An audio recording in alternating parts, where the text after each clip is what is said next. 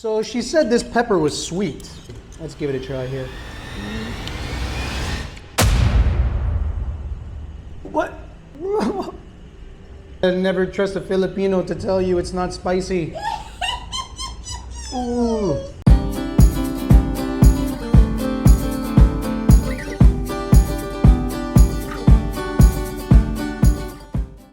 I've recently had a hankering for homemade style cooking, so what better way to satiate that craving than a visit to Loricot's Grill, a Filipino carinderia in Binh district of Saigon. Let's go in and see what the chef has prepared for today. This is Chef Teresa, who's been in Vietnam for 9 years and is going to prepare her signature dish, dinuguan, a traditional Filipino favorite during large family gatherings. Can't wait.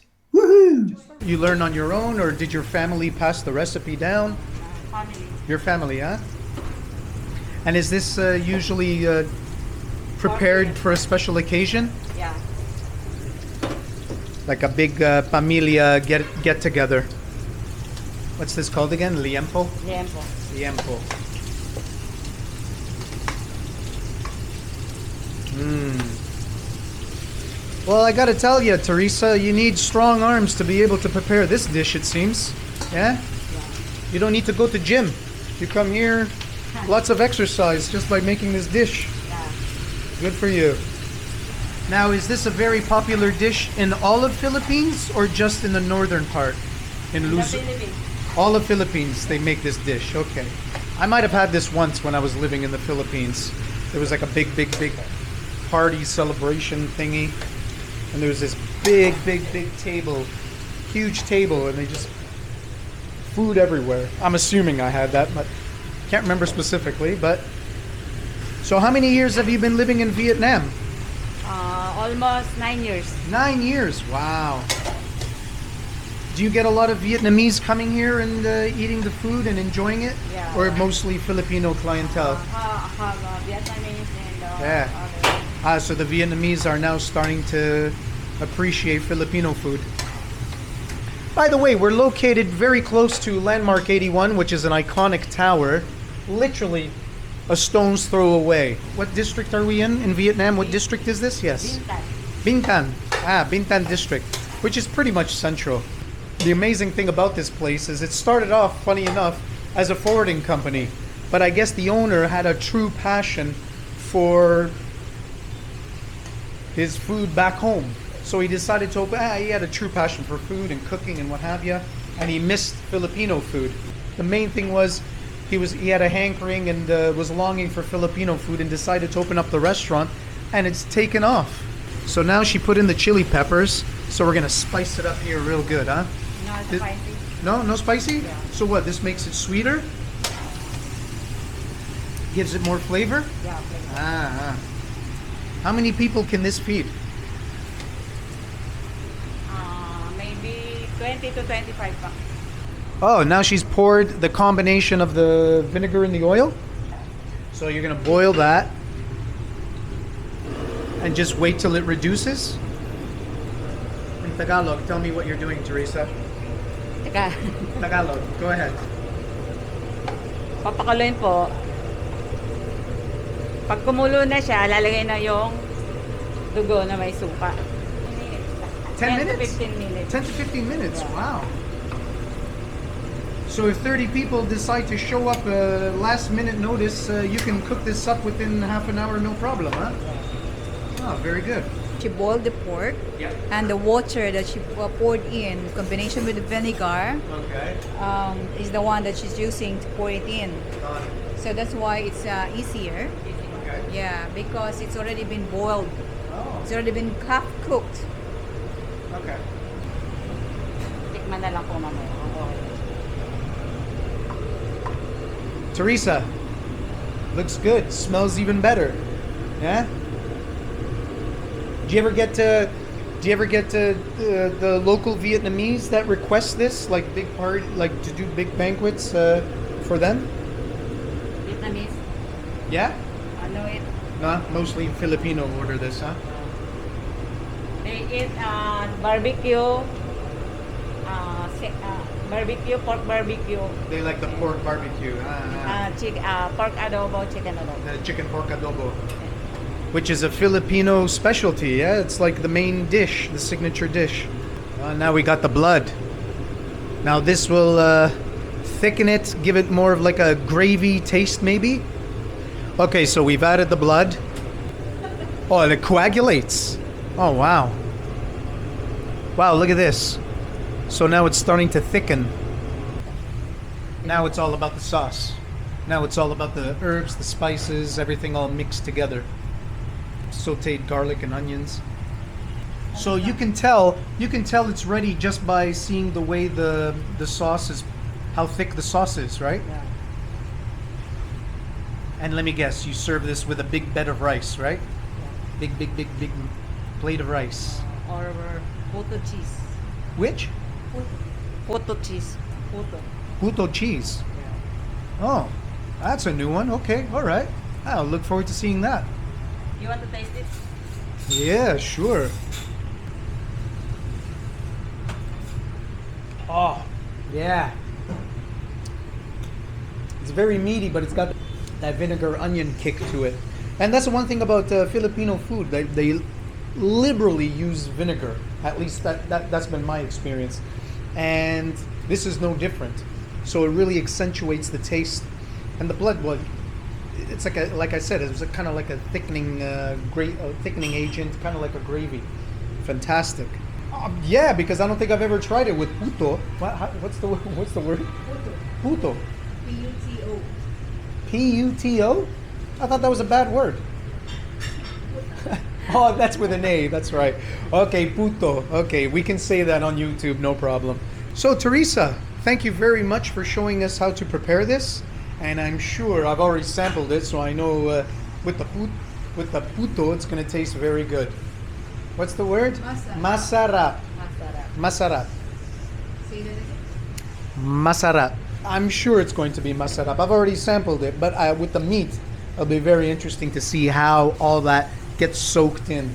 It's going to be woohoo, exciting. Can't wait. So this is the kitchen of Loricots. You can see very nice and tidy how everything is run.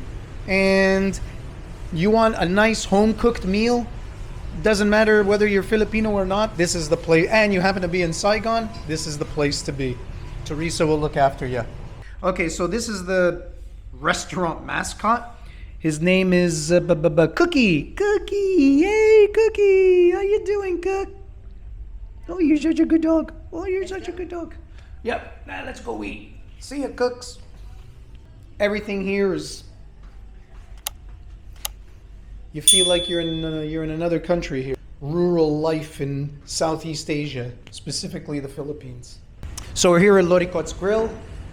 The most amazing thing about this place, as I stated earlier, is it started off as a forwarding company, and I guess the owner had a true passion for Filipino food. Why not? Home away from home.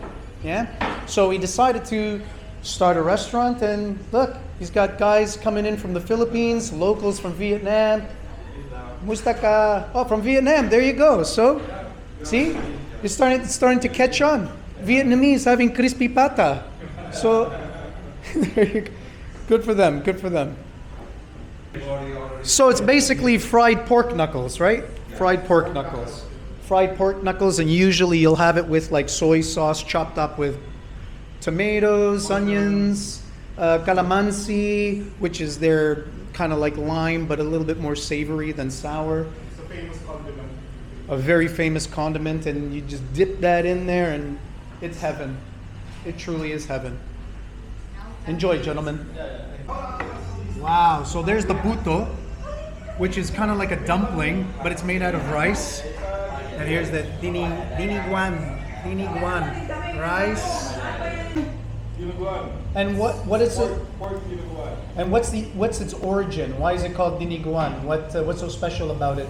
Well, I think for me, I think it's from the roots of the central part of Luzon. Okay. Okay.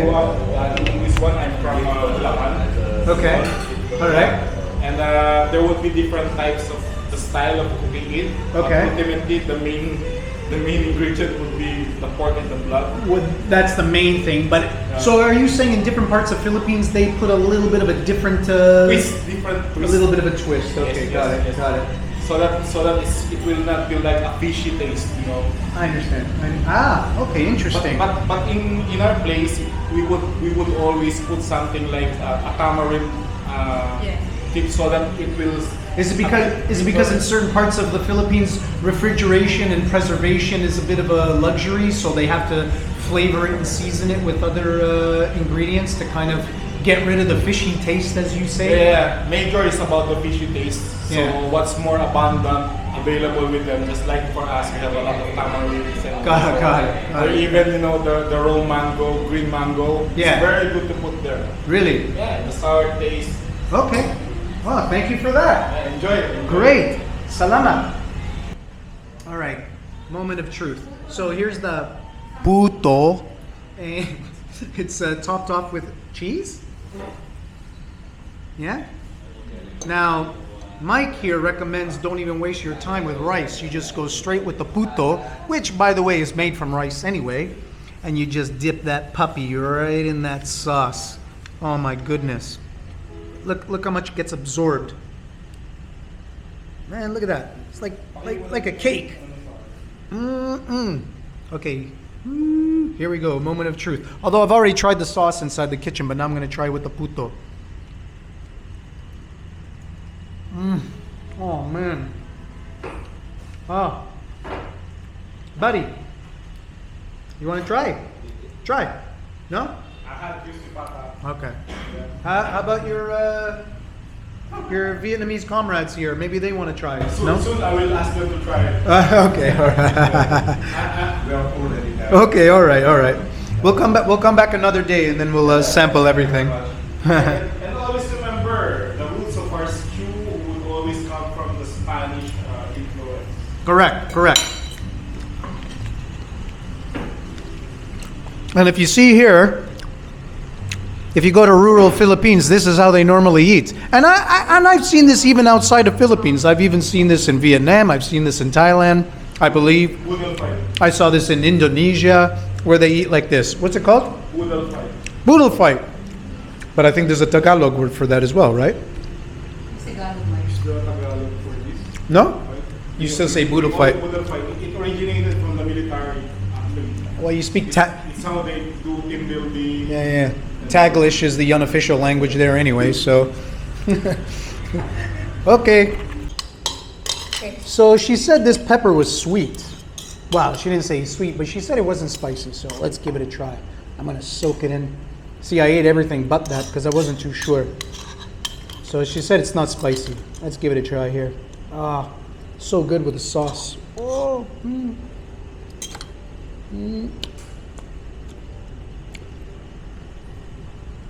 What? She said this wasn't spicy. Never trust a Filipino to tell you it's not spicy. Ooh. And I like spicy food. This was killer. Oh, rice. I need rice to calm down from that. Ooh. But you know, this is the best part. You just soak that right in there. Look at that. It's not exactly a place that you bring a date to because it can get pretty messy, but very rewarding in the end, gastronomically. Masarap. Those guys finished off the crispy pata. Okay, well, I tried to take a bite of this. Hold on, I'm gonna do it.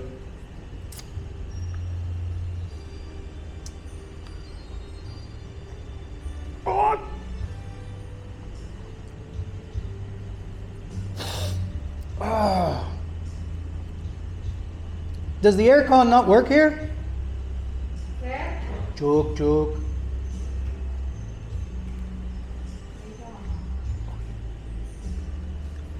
I got nothing to drink with this. Water.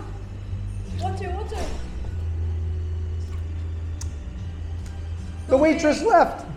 Too big, too big, too big, too big. She left. I need too big.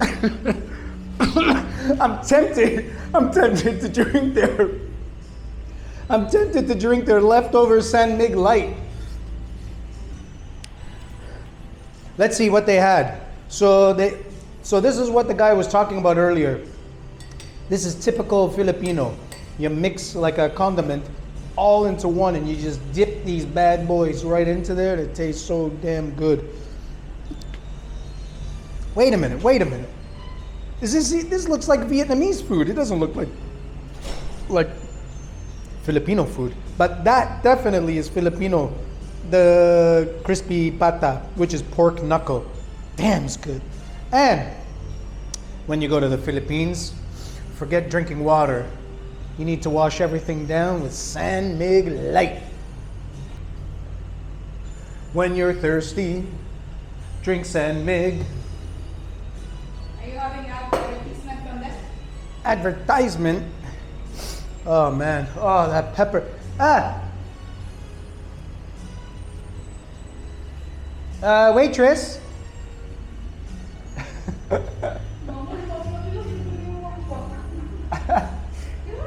Waitress! Too big! By the way, too big means water in Filipino. Okay. Too big, ma'am. There you go, too big. Too big. That sounds like something else, but anyway. Yes, water. It's too big. What's big? This. Down under big. That. No need for ice, no need for glass. There it. No Summit or Absolute?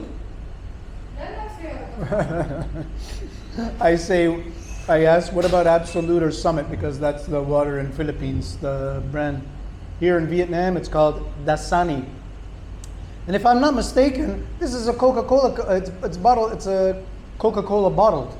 Yeah, and Coca-Cola should pay you for Dasani, the refreshing drink in Vietnam. Coca-Cola should pay you for that. Yeah, 5 cents. I want 5 cents of a revenue on this.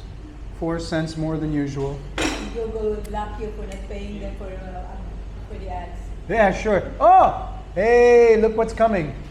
Wait, don't stop recording. Look. Puto. Not with an A, with an O. Puto. Yeah. There you go. Oh, this is so good. You don't even need it with rice.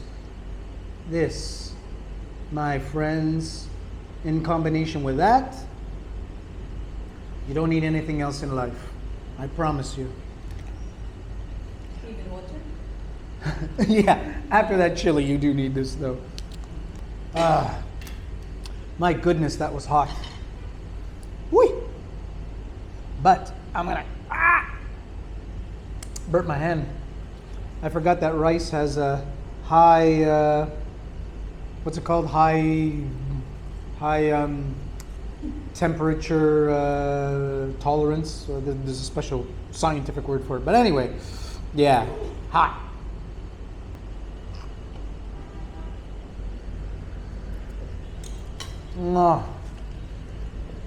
Oh. Thank you, Kim, also known as Maria. So, all that, the dessert. What? No leche flan? Okay, so the bill, dun, da, da, da, 248,400 dong. How much is $10? In dollars, that would be roughly almost $10. Pesos, in Philippine pesos, that would be about what, 500? Just a little under 500? Dininguan with puto. Oh man, I love that word. And you also get plain rice, dasani, total 500 pesos max. Very not mahal. Thank you for the change. So if you're ever in Saigon, what's this area called again? Bintan? Bintan. Bada bing, bada boom, Bintan. So basically, if you happen to be in the center of town in Saigon, and you have a hankering for wholesome, homemade cooked meal, Filipino flair, which has a little bit of a Spanish zest to it, as our good friend Mike mentioned earlier, this is the place to come. And it's not expensive. And look, it's cozy. Yeah? Great service, great food, great ambiance. Not too shabby. I love this place. And of course, you need to wash it down with that.